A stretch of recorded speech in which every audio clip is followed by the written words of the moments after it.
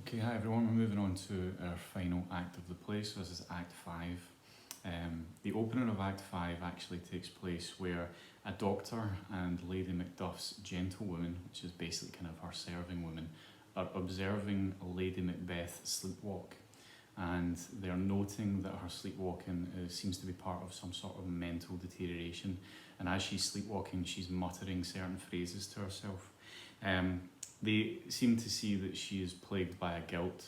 They don't know exactly what that guilt is or what specific kind of events she's referring to, but they both recognise that there's some sort of concern there. The doctor even remarks at the end of that scene that she seems to have some sort of infected mind. Now this links back to the quotation we were talking before about with Macbeth and him saying that his mind is full of scorpions. Now, both of these characters have deteriorated dramatically, and this specific scene is a nice one to comment on because it's in direct opposition to Act 1, Scene 5. In Act 1, Scene 5, we have Lady Macbeth being very commanding, controlling, asserting some sense of dominance. She seems to be confident in herself. She calls on spirits and the supernatural to support her and her husband in usurping the power of Duncan by killing him. And all that's done with a clear conscience. She doesn't really care for the impact. Now that's Act 1, Scene 5, whereas Act 5, Scene 1, she's sleepwalking, she's out of control, she's muttering to herself, and she's talking about washing her hands and all the sweet perfumes of Arabia couldn't sweeten this little hand. She basically has this guilt plaguing her that she can't escape and she can't avoid. So we can see a clear character development between the first act and the final act in Act 5 with her. Now it moves on to the Thanes discussing the fact that there's an army being raised in England by Seward, Malcolm and Macduff. And some of these Thanes who were originally loyal to Macbeth, they begin to kind of see the writing on the wall, and they also are remarking on Macbeth being a bit of a tyrant as well. And some of them decide to side with that army that's being raised against him. It turns to Macbeth, who is angrily dismissing all of these messages that there is a revolt taking place, and he's kind of almost just trying to ignore them in some respects. He doesn't want to hear anything about any kind of revolt or opposition to his control or his power. What's interesting is while he's trying to dismiss that though, he's equally telling his servant Satan, Seyton, he's telling him to fetch his armour and to put it on. So there's a bit of a kind of disconnect between what he appears to be saying, but what he's actually acting and what he's asking for, because he's readying himself for war. He also kind of splices this with comments about the fact that he's almost immortal. He kind of reassures himself by reminding himself what the witches have said, that no man born of a woman can kill him, and that he won't be harmed until Birnam Wood moves towards Dunsinane. So he dismisses these reports. And as he's having this little kind of interplay between himself and Satan and thinking about the witches and everything else, the doctor arrives to tell him that Lady Macbeth is dead. And this is during the kind of frantic, chaotic nature of everything. The Scottish lords begin to revolt, and they join Malcolm, Macduff and Seward in revolt against Macbeth. And what they do is they go to Birnam Wood, and they cut down some of the trees and they use it as camouflage to try and mask the numbers that they have in their army, and they start to advance on Dunsinane. One of the servants comes to Macbeth and basically tells him this strange idea that Birnam Wood is moving to Dunsinane. The forest seems to be moving. Macbeth obviously has some alarm bells that start ringing, because that's one of the prophecies made by the witches, that he won't come to harm until Birnam Wood moves to Dunsinane. So he immediately starts to become a bit frightened, but he reassures himself with one of the other prophecies that, well, I'm still immortal because essentially no man can harm me unless they were born of a woman. So he resists the siege until eventually he decides to put on his armour, keep it on, and go and fight on the battlefield. When he goes and starts battling on the battlefield, he eventually encounters Macduff, and there is a personal battle that rages between them, and they're fighting each other back and forward and back and forward. At one point, Macbeth kind of arrogantly says, I am a charmed man, or I live a charmed life, basically saying he is above men because he has a sense of immortality.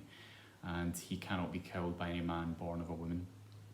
This is where Macduff reveals the kind of twist of it all, and he says he was untimely ripped from his mother's womb. Essentially, Macduff was born of a C-section, so he wasn't technically kind of born of a woman, but he was actually ripped from his mother's womb. So, I mean, nowadays you might roll your eyes a little bit to that, but that was Shakespeare's way of basically kind of getting around the prophecy. He wrote it in that way. And in fact, it reveals that the witches, they were fooling Macbeth all along, because they knew that Dunsinane would be kind of attacked by Birnam Wood, and they knew that a man who was not born of a woman could eventually kill Macbeth. Now they fight, and ultimately Macduff kills Macbeth on the battlefield, and the prophecies are kind of fulfilled, because beware Macduff, well, he was the man that killed Macbeth. Dunsinane is attacked by Birnam Wood, and a man who was not born of a woman, because it was C-section, he is the man who obviously kills Macbeth in the end.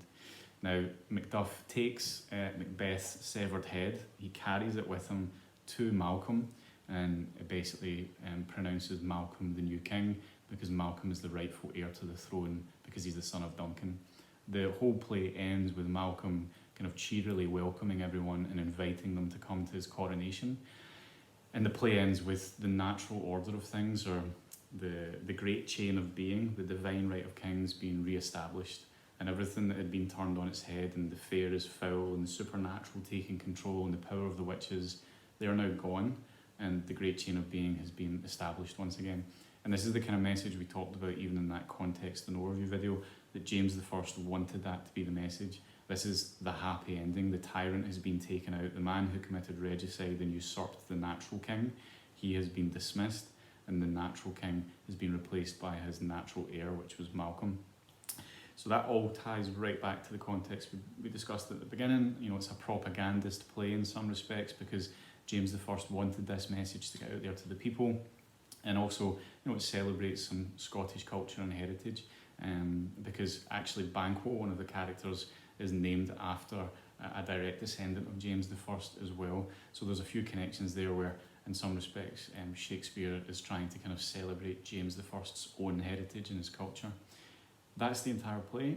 Okay, I'm probably going to do another follow-up video just as a little overview and a reminder of some of the key concepts and concerns, but that's all of the acts in summary. In terms of the two quotations for Act 5, Act 5 is the hardest because there are so many. There's loads of scenes, there's lots of action, but I've tried to narrow it down to two in my opinion. The first key quote for me is Lady Macbeth's quite famous, "Out, damned spot." Now she's saying this while she's sleepwalking, and the damned spot is the stain of blood that she sees or hallucinates during her nightmares on her hands that she's trying to wash off. It's essentially the blood of Duncan, and it represents the guilt that she's feeling and it's plaguing her.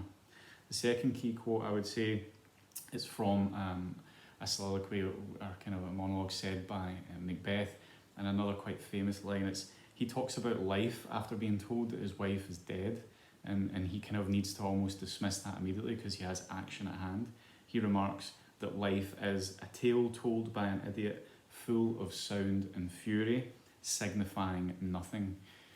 So this quotation highlights that he basically sees life as being quite pointless by this stage, and he's followed all the prophecies and kind of followed all the suggestions of the witches. He's gained the crown and the kingship, but really at what cost? He's lost the respect and loyalty of his friends. He's killed Banquo, his closest ally. His wife is dead. He's really at kind of rock bottom. So this quotation highlights again the deterioration from a well-respected warrior and kind of commander of an army to someone who at the end is hated by all, even if he is a king. Those are the two quotes in my opinion. But that's most of Act 5 that you need to know, and there'll be one final video coming to you later. Thanks.